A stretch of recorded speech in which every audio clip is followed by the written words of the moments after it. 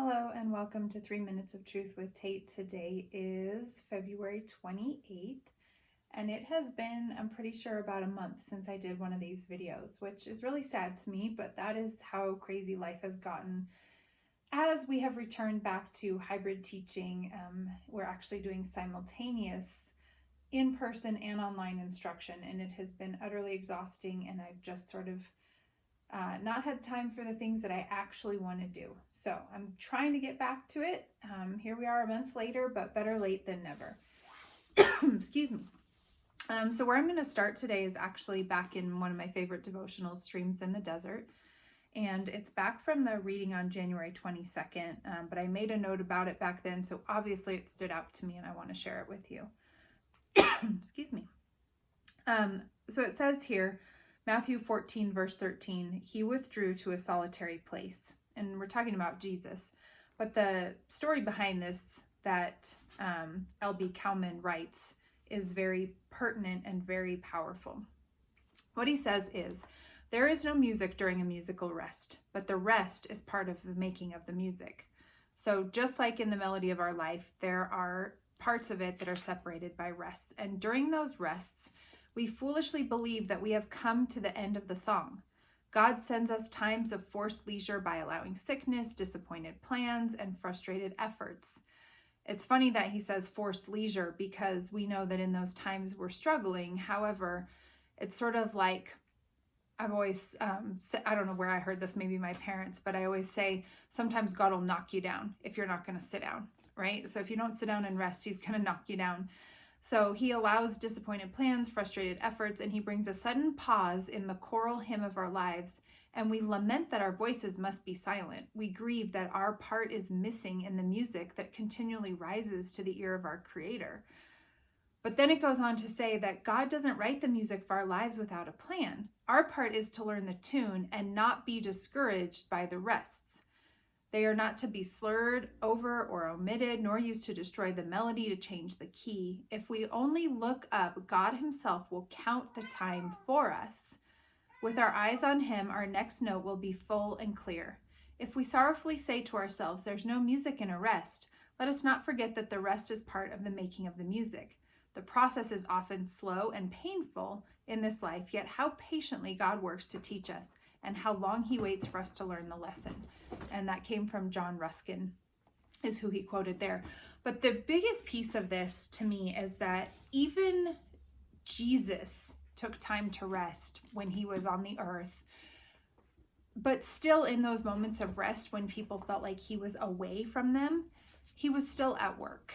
And I think that in this time of COVID and all the disappointments and the setbacks and the time where we've been forced to sort of rest, I guess, for a lot of people to step away from the normal activity of life and going and spending time with people, we've had to rest. And we think about the fact that God is present in those rests for a reason, right? So in John 14, it's the story of John the Baptist being beheaded in the beginning of it. So verses 1 through 12 talks about how Herodias's daughter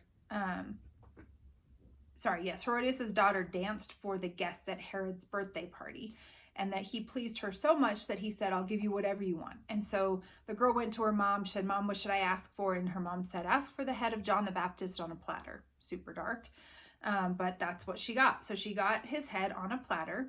And John's disciples came and took his body and buried it. And then they went and told Jesus. And here's Jesus's reaction.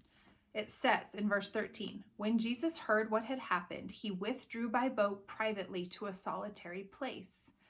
He went to grieve and pray and do what his soul needed. And yet, even in that time of rest, it says that the crowds followed him. And when Jesus landed and saw the large crowd, he had compassion and healed their sick.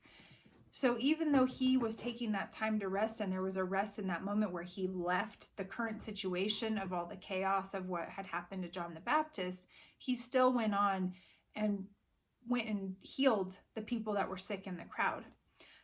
Verse 15 continues, as evening approached, the disciples came to him and said, this is a remote place and it's already getting late. Send the crowds away so that they can go to the villages and buy themselves some food. Jesus replied, they don't need to go away. You give them something to eat. We have only 5 loaves of bread and 2 fish, they answered. But Jesus said, bring them here to me. And he directed the people to sit down on the grass. And taking the 5 loaves and the 2 fish and looking up to heaven, he gave thanks and broke the loaves. And then he gave them to the disciples, and the disciples gave them to the people. They all ate and were satisfied, and the disciples picked up 12 basketfuls of broken pieces that were left over. The number of those who ate was about 5,000 men, besides women and children. So, even when Jesus had left that current situation to get away, to rest, to grieve, to process, to find quiet, he still was in action, still healing the sick, and still performing miracles, providing for people who needed provision. And I think that sometimes we see God's absence, what we perceive as God's absence in one situation, as abandonment, and that he's just left us and deserted us.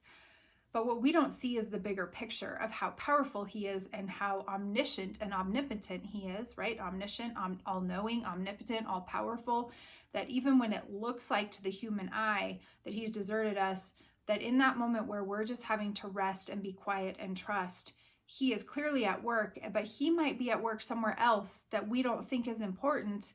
Like, okay, maybe we think that Jesus should have stayed there and had justice be done against Herod and Herodias and the daughter and the mom and all the people who were involved in this sick crime against beheading John the Baptist. But what Jesus was doing was continuing the important work of healing the sick and providing for those who needed to be fed. And somehow, in God's great mercy and in God's great sovereignty, it'll come full circle back and the people will get what's coming to them for what they did to John the Baptist. But sometimes we have to wait it out and see what he's doing on a different scale. So that's my human interpretation of it. In any case, like I said, I'm not a Bible scholar, and I know that I'm way over 3 minutes on this, but it's been a while, so I'm making up for lost time.